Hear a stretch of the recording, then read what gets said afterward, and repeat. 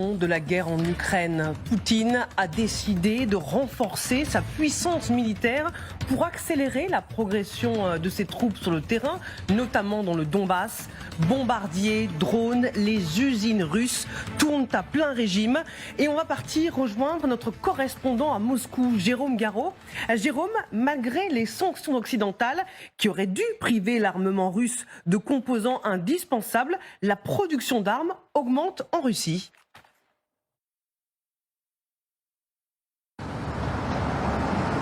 Oui, alors la production de munitions est un secret bien gardé, c'est un sujet très sensible en Russie, donc il faut toujours être très prudent quand on parle de chiffres. Mais ceci étant dit, d'après le ministère de la Défense, ici, ce qui se faisait avant en un an se fait désormais en un mois, donc une production qui serait multipliée par 12. D'après des responsables américains interviewés et cités par le New York Times, la Russie serait aujourd'hui capable de fabriquer 2 millions d'obus par an. Donc il y a une augmentation de la production en Russie. Vous avez des villes-usines qui ont été conçues dans les années 30 et qui fonctionnent toujours. Ce sont des ateliers imaginés sous l'Union soviétique dans la perspective d'une invasion du territoire de l'URSS. Donc par exemple, la plus grosse usine de chars se trouve à 1600 km à l'est de Moscou, derrière les monts Oural, loin de la Russie européenne, loin d'un éventuel bombardement ou d'un éventuel sabotage. En tout cas, ça les rend beaucoup plus compliqués.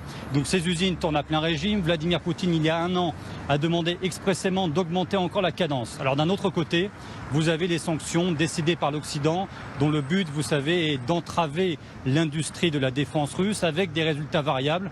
Vous avez plusieurs choses. D'abord, les micropuces nécessaires pour faire des missiles. Finalement, les Russes, on aperçoit après un an et demi de guerre, les Russes parviennent assez facilement à importer ces micropuces. Et d'après le renseignement américain, la Russie produit aujourd'hui plus de missiles qu'avant la guerre.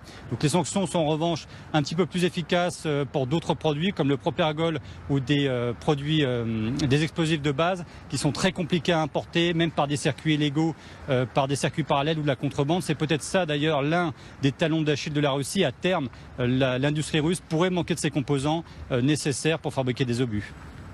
Merci Jérôme Garraud, notre correspondant à Moscou en Russie. Allons plus loin avec nos invités. Accueillons Patrick Martin-Génier. Bonjour, spécialiste des questions européennes, des questions internationales, auteur de L'Europe a-t-elle un avenir aux éditions Studirama. Natalia Turine, bonjour. Vous êtes fondatrice des éditions Louison, spécialisée dans la littérature russe. Arlette Chabot, soyez également la bienvenue, bonjour. Et Lydia Rouge, vous nous avez rejoint.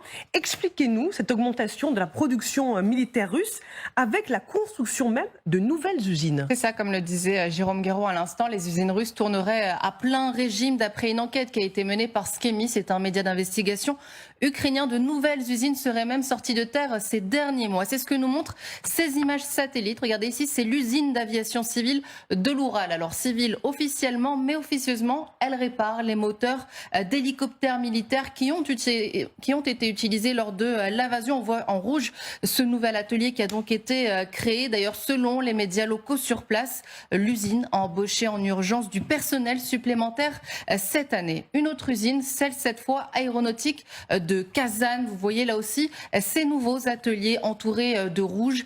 Une usine qui construit et répare là des bombardiers stratégiques, notamment, vous le voyez, des Tu-22 et des Tu-160. Pour vous rendre compte de quel type d'armement l'on parle, le premier est un redoutable bombardier stratégique. Il va jusqu'à 2000 km par heure. Le deuxième, plus récent, peut contenir à son bord jusqu'à 4000 tonnes d'armement. C'est un bombardier supersonique redoutable.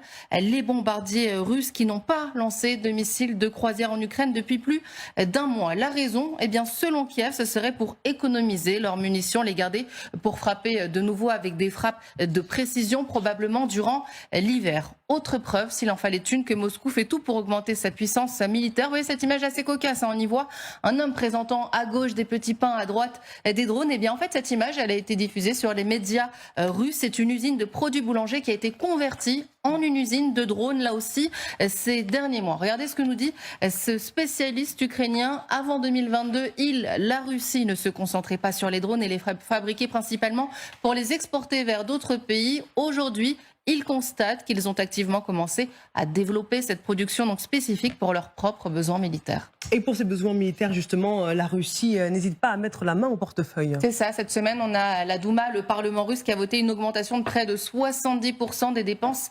militaires pour l'année prochaine, votée donc en première lecture. C'est bien là le signe que Moscou ne compte pas faire marche arrière sur sa tentative d'invasion de l'Ukraine. Mais la Russie a-t-elle assez de main-d'œuvre pour cette augmentation de la production? C'est là toute la question, apparemment pas.